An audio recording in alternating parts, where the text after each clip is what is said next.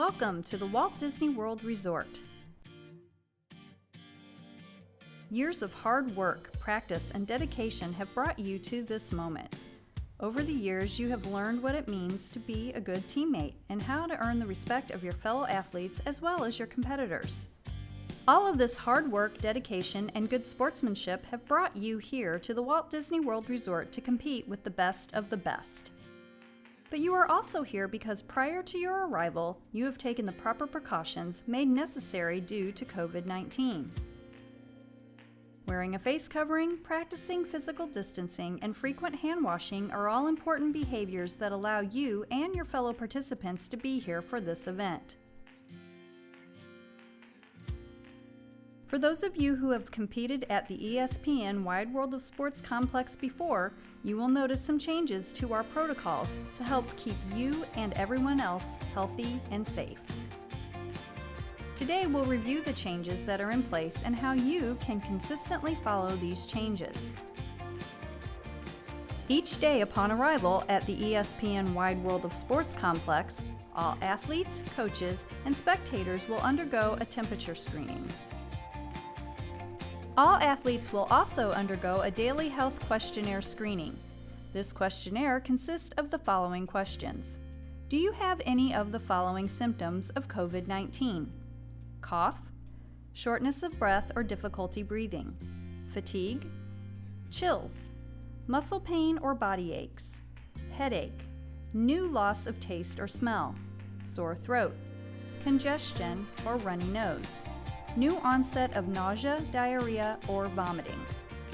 Have you had close contact with anyone diagnosed with COVID-19 and have not completed the required self-quarantine period?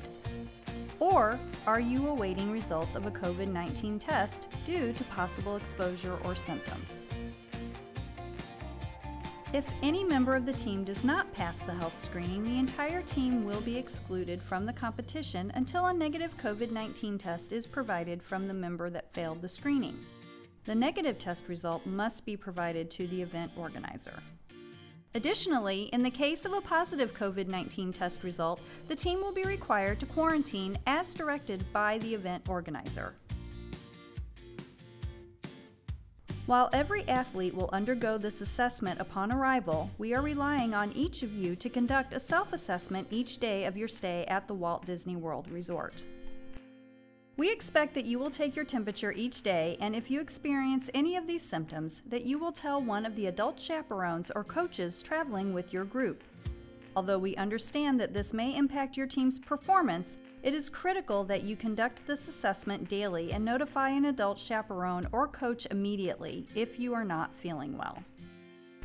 Other changes you will notice include the number of participants and spectators in the ESPN Wide World of Sports complex. The maximum number of athletes per team will be limited through the registration process. The number of spectators viewing the event will also be limited. Please consult with your event producer for details related to spectators. Typically, during a competition or tournament, participants and spectators are expected and encouraged to cheer for their team. However, based upon guidance from public health authorities, we are asking that everyone refrain from screaming and shouting during competition. Cheering in the form of applause is highly encouraged, or come up with your own fun way of appropriately cheering for your team. Participants in cheer events are permitted to shout as required within the parameters of their competition while performing or in designated areas. While in the facility, everyone must wear face coverings at all times. The only exception is for athletes while they are actively performing or practicing in designated areas. As a reminder, proper face coverings, whether disposable or reusable, must be made with at least 2 layers of breathable material. They must fully cover the nose and mouth and be secure under the chin. Face coverings must be secured with ties or ear loops and allow the athlete or spectator to remain hands-free.